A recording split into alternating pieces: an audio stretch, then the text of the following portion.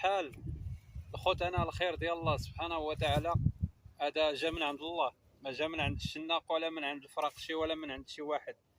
الحمد لله كاين الخير. اتقوا الله في الدريوش. شتي هذا العام والله الا عطى الله الخير، غير الا ما بغيتوش تتقوا الله في خوتكم الفقراء.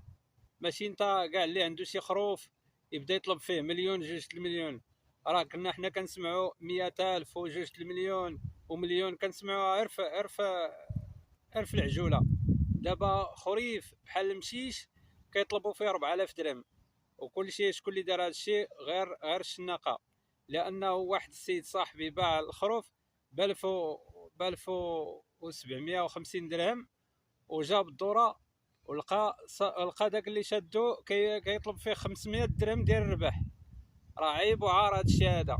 يلا تحياتي لجميع الاحرار.